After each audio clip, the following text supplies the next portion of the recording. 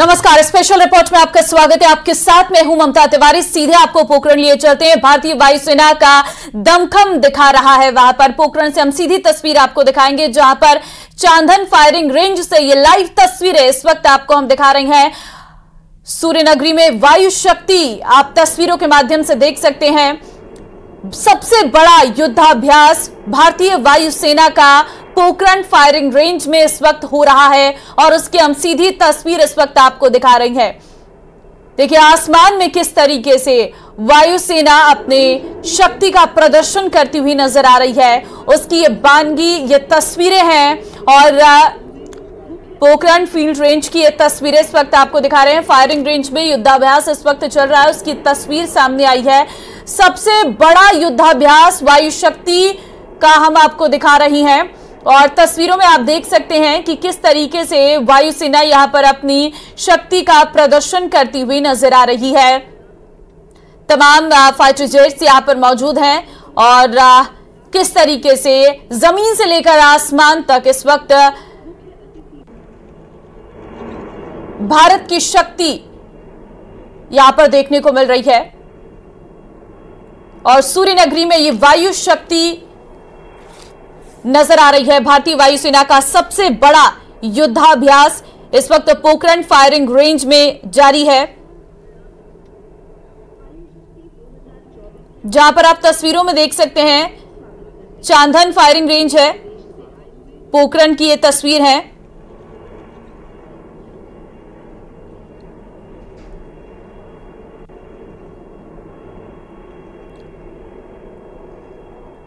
ये अब तक का सबसे बड़ा युद्धाभ्यास बताया जा रहा है वायु शक्ति का, जहां पर किस तरीके से दुश्मनों से लड़ना है, उनका सामना करना है, जीत पानी है, इन सभी चीजों को लेकर इस युद्धाभ्यास में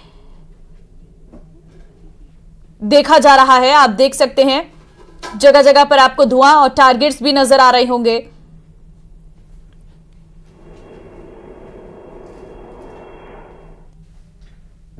तो पूरी तैयारियां पहले से ही इस युद्धाभ्यास के लिए की गई थी। टैंकों का काफिला है। आपसे 1130 1.5 किलोमीटर की दूरी पर है टारगेट नंबर 16, जो दुश्मन का एक रडार क्षेत्र है। आपके ठीक 12 o'clock 2.5 किलोमीटर की दूरी पर है टारगेट नंबर 15, जो दुश्मन का एक forward area rearming and refuelling point है। उसी दिशा में आपसे दूर है टारगेट नंबर 5, जो दुश्मन का एक ऑपरेशंस रूम है। उस दिशा में हल्का सा दाएं आपसे दूर है टारगेट नंबर 2, जो दुश्मन का टेररिस्ट यानी कि आतंकी कैंप है। अगला टारगेट आपके 1 o'clock 3 किलोमीटर पर है टारगेट नंबर 1, जो दुश्मन का ऑर्डिनेंस फैक्ट्री यानी आयुध कारखाना है। उसी दिशा में आपसे नजदीक हल्का सा दाएं है टारगेट नंबर 3, जो दुश्मन सैनिकों का कंसंट्रेशन एरिया है। उसी दिशा में आपके और नजदीक है टारगेट नंबर 9, जो दुश्मन का व्हीकल कॉन्वॉय यानी वाहनों का काफिला है। और हमारे आज का आखिरी टारगेट है टारगेट नंबर 7, जो आपसे 2 o'clock 2.5 किलोमीटर की दूरी पर है। यह दुश्मन का गोला बारूद भंडार दर्शाता है। इसके अलावा आपके 12 o'clock 2 किलोमीटर पे हमने तैयार किए है एक ड्रॉप जोन। इस ड्रॉप जोन की लंबाई 1 किलोमीटर और चौड़ाई 500 मीटर है। इस पर आप अनुभव करेंगे आज हमारे C-17 ग्लोबमास्टर को हेवी कंटेनर ड्रॉप करते हुए। जय हिंद श्रीमान, मेरी ब्रीफिंग समाप्त हुई। And coming up now, the most awaited first lightning strike from the sky by deep penetration strike aircraft Jaguar. Having received intelligence from the images taken, Karna formation with 2 Jaguar has been tasked to carry out a high-speed, low-level attack from your right on ammunition depots simulated by target number 11, located at your left 11 o'clock, with 6,000-pounder bombs fitted with retarder tail units. Retarder tail units have parachutes fitted at the rear of the bomb, which delay the weapon's fall and explosion. And you will see these parachutes after weapon release. Fighters will also dispense flares to deceive enemy anti-aircraft weapon system. It will also help you in spotting our aircrafts. Look to your right, 2 o'clock low. The Jaguars are approaching the ammunition.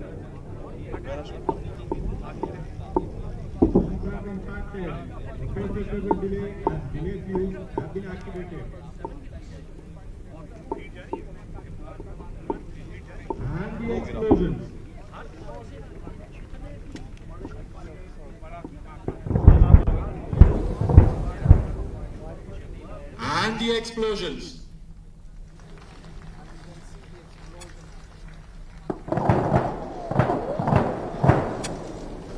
The enemy arsenal is completely destroyed. सामने screen पर हमले की वह तस्वीरें आप देख सकते हैं जिन्हें बैटल डैमेज असेसमेंट भी कहा जाता है। आरपीए दुश्मन के इलाके से लगातार यह तस्वीरें कमांडर की समीक्षा के लिए भेज रहा है। और अब अगले मिशन के लिए आपके बाईं ओर से आ रही है मिराज 2000 की पृथ्वी फॉर्मेशन, जो हमला करेगी 16-250 किलो के बम के साथ एक आतंकी ठिकाने पर जो आपके दाहिने ओर है।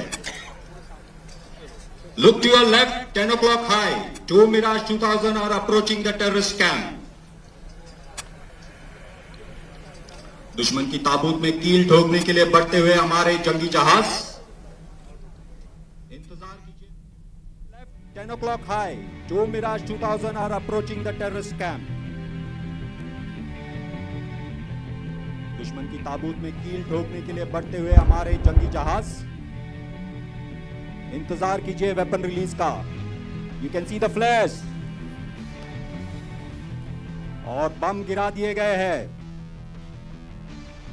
गंभीर हो, परंतु भारतीय वायुसेना के पास हर समस्या का समाधान है।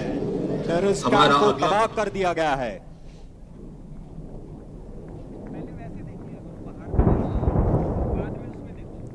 समस्या कितनी भी गंभीर हो, परंतु भारतीय वायुसेना के पास हर समस्या का समाधान है। हमारा अगला प्रहार होगा Sukhoi 30 MKI call sign Ashok के द्वारा इस क्षेत्र में दुश्मन के पुल को निशाना बनाना। इस हमले का उद्देश्य शत्रु के परिवहन नेटवर्क के एक महत्वपूर्ण पुल को नष्ट करना है। Information has been received that the enemy army is mobilizing its strategic reserves into the tactical battle area. The mighty flanker Sukhoi 30 MKI call sign Ashok is now planned to target a vital road bridge which these forces are going to use to reach the battlefield. The target is located at your left 11 o'clock and the Sukhois will fly in from your right. The Sukhoi 30 MKI is a twin-engine multi-role air dominance fighter developed by Russia and built under license by Hindustan Aeronautics Limited. From your right 2 o'clock high, 2 Sukhois are approaching the arena to display their ground attack capabilities. They're dispensing flares to grab your attention.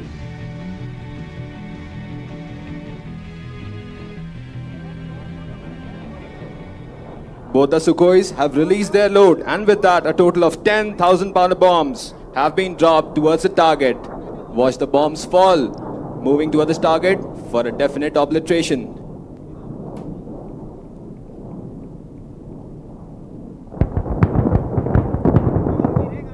And the explosions. With that, the enemy bridge is damaged. Next, we present to you a simulated but nevertheless a very real sequence of air-to-air combat. Air superiority fighter Rafale, call sign Indra, while carrying out combat air patrol, has made contact with an enemy fighter who's attacking our ground forces. He plans to use his Mika missile to shoot down the enemy. The enemy aircraft is being simulated by a remotely piloted drone, a maneuverable expendable aerial target or MEAT. The drone will fly in from your left towards your front at a height of 2000 feet. Drone से निकलने वाली ऊर्जा दुश्मन के लड़ाकू विमान के heat signature को दर्शा रही है, जिसे मीका मिसाइल के इंफ्रारेड सीकर हेड द्वारा पहचान लिया जाएगा और इंदिरा कॉल साइन के साथ रफाल विमान ड्रोन को खत्म करके अपनी एयर डिफेंस क्षमता का प्रमाण देगा।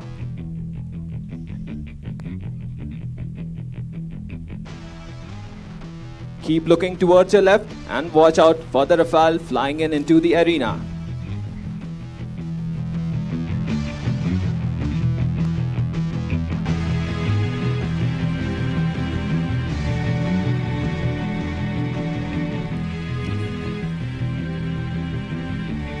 And here comes the Rafale. Call sign Indra coming in from your left, 9 o'clock. The Rafale will now maneuver into position for launching the Mika. If you look at your 1 o'clock high, you can see the simulated target drone. And the Rafale is dispensing flares.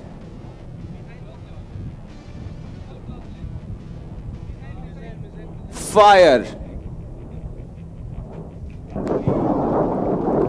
Are directed. And watch as the Rafale pitches up, dispensing flares as it exits the combat area. The next attack is by our very own light combat aircraft, the Tejas. Call sign Arjun will now be dropping a laser-guided bomb on the enemy command and control center, simulated by target number 4, located on your left, 11 o'clock, 3 kilometers. The target will be illuminated by a laser beam from the Tejas, using which the laser-guided bomb shall steer itself precisely towards the target. This will immediately be followed by one Sukhoi 30 MKI dropping 5 1,000-pounder bombs which will further destroy associated targets. Both the aircrafts will be approaching from your left. Tejas flying at a height of 9,000 feet, closely followed by the flanker at 11,000 feet.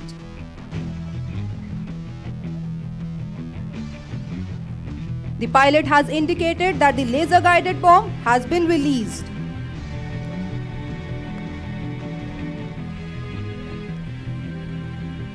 Here comes Tejas from your left, 10 o'clock high, releasing flares. Eyes on target now, 11 o'clock, 3 kilometers.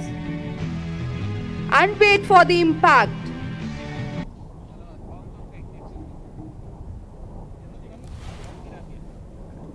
The bomb has hit the target. Wait for explosion.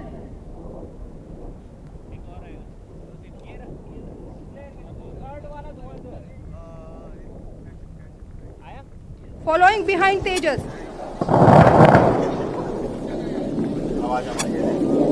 और यह एक जोरदार धमाका इस क्षेत्र में अब शत्रु का नेतृत्व समाप्त हो चुका है. The Uday formation of 2 MiG-29 upgrades shall drop 4 500 kg bombs in order to destroy enemy operations area simulated by target number 5 right 1 o'clock at 2.5 kilometers. कृपया अपनी बाईं ओर देखें. आप 2 MiG-29 को एक के बाद एक निशाना लगाते हुए देख सकेंगे. The aircraft have released the bomb. The aircraft is releasing the flares.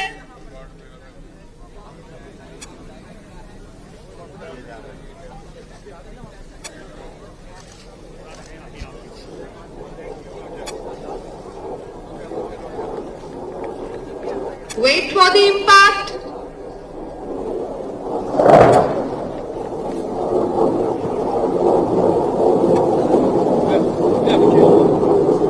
And the second impact.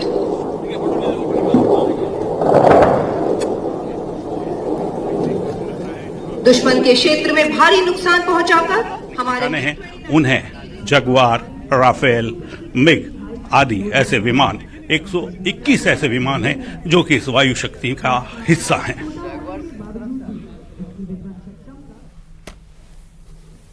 हमारे MiG-29 तेजी से आसमान की ऊंचाइयों को छूते हुए.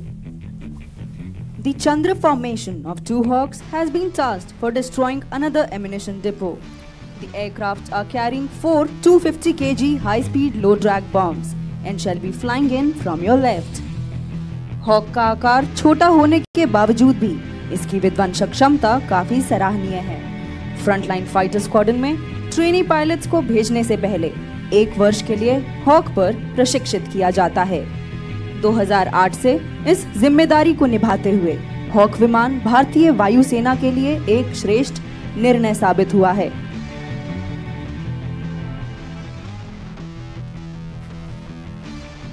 Please look left, 9 o'clock high, and notice the first Hawk rolling into dive.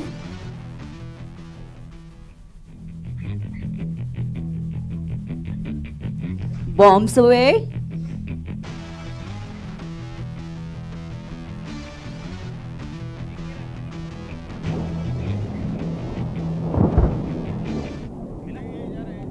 And there, a roaring explosion. Wait for another impact.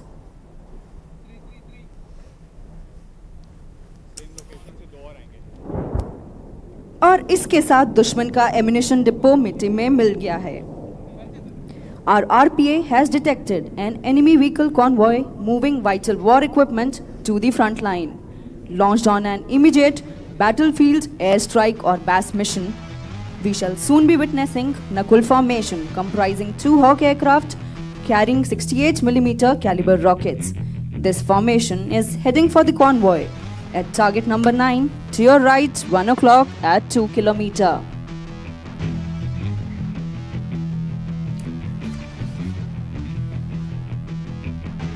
Ranjan Dave इस वक्त मौके पर मौजूद है, उनसे अधिक जानकारी ले लेते हैं। रंजन, हम तस्वीरों को लगातार देख रहे हैं कि किस तरीके से वायुसेना अपने शौर्य, अपने पराक्रम का परिचय देती हुई नजर आ रही है। आप क्या तस्वीरें वहां पर आपको नजर आ रही हैं और किस तरीके से आज इस पूरे कार्यक्रम को कहीं ना कहीं भारत की एक शक्ति के रूप में प्रेजेंट किया जा रहा है? देखिए, निश्चित तौर पर ये जिस तरीके का आयोजन यहाँ देखने को मिल रहा है, भारत की सामरिक महत्व को यहाँ चरितार्थ होते हुए देख रहे हैं और निश्चित तौर पर एक से बढ़कर एक जो ये धमाके यहाँ सुनने को मिल रहे हैं, जिससे पूरी पोखरण की जो धरती है दहदला उठी है। और निश्चित तौर पर जिस तरीके का ये जो माहौल यहाँ नजर आ रहा है, उसमें भारत की सामरिक शक्ति का, सामरिक ठिकानों पर जो हमारे जो सैनिक मौजूद हैं और वायु सेना की जो शक्ति है वो कहीं ना कहीं देखने को मिलती है। लगातार जिस तरीके के जो यहाँ एक के बाद एक जो फाइटर्स जो विमान अपने यहाँ प्रतिभा कौशल का जो प्रदर्शन कर रहे हैं, उससे निश्चित तौर पर हर भारतीय का सीना जो है गर्व से ऊंचा होने की जो बात है वो कहीं ना कहीं देखने को मिलती है। निश्चित तौर पर एक के बाद एक राफेल है, मिग है, जगुआर है और हॉक है, इस तरीके के जो विमान है वो यहाँ जमीन से जमीन की बात करें, चाहे जमीन से आसमान की बात करें, आसमान से आसमान की बात है, एक के बाद एक जो निशाने हैं वो निशाने लगाते जा रहे हैं। और निश्चित तौर पर देखिए जिस तरीके से टेलीविजन स्क्रीन पर देखिए ये राफेल निकला है और राफेल ने पहले जो कुछ इशारे किए हैं, उसके साथ ही साथ जो लाइटनिंग का एक प्रोसीजर है वो पूरा करने के बाद में अब ये वापस देखिए जिस तरीके से उन्होंने अपने टारगेट को फोकस करते हुए ब्लास्ट जो है वो देखने को मिले और एक बहुत दूर जो पोखरण की जो रेंज है उसमें ये गुबार जो है देखने को मिला। और देखिए निश्चित तौर पर जो टेलीविजन स्क्रीन पर जो नजर आ रहा है वो दिल दहलाने वाला जो दृश्य है और युद्ध कौशल के रूप में अगर देखा जाए तो निश्चित तौर पर भारतीय सेना की शक्ति को यहाँ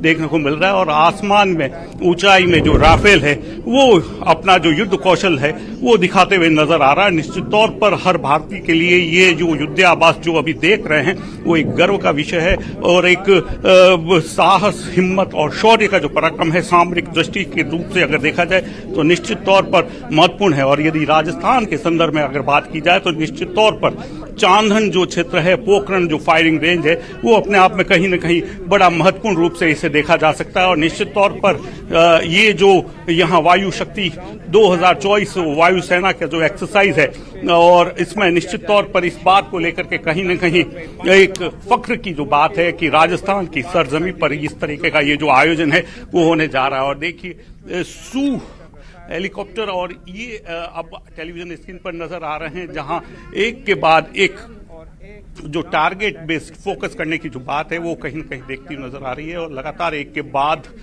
धमाके हैं, टारगेट्स उनको फोकस किया जा रहा है और उसके बाद में इन धमाकों के साथ में जो काल्पनिक high altitude operations aircraft and there you can see far right ALH Mark 4 already dispensed its flare, ready to attack the enemy tank target.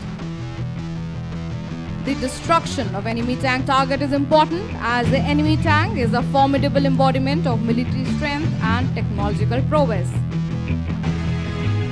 भारतीय वायुसेना और थल सेना की संयुक्त योजनाएं महत्वपूर्ण हैं क्योंकि ये सेनाएं एकजुट रूप से शक्तिशाली और कुशलता से कई प्रकार की चुनौतियों का सामना कर सकती है। And there you can see right in front of you, ALH Mark 4 has attacked.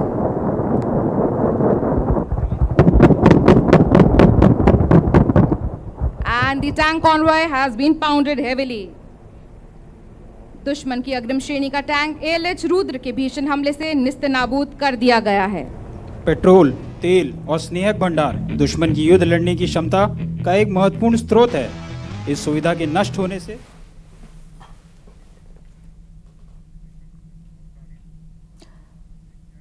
तो सबसे बड़ा युद्धाभ्यास आप पोखरण फायरिंग रेंज से देख रहे थे, जहां पर किस तरीके से हमारी सेना अपने शौर्य पराक्रम का परिचय दिखाती हुई नजर आ रही थी। ताकत जो भारत की इस वक्त है वो आसमान से आप देख रहे थे।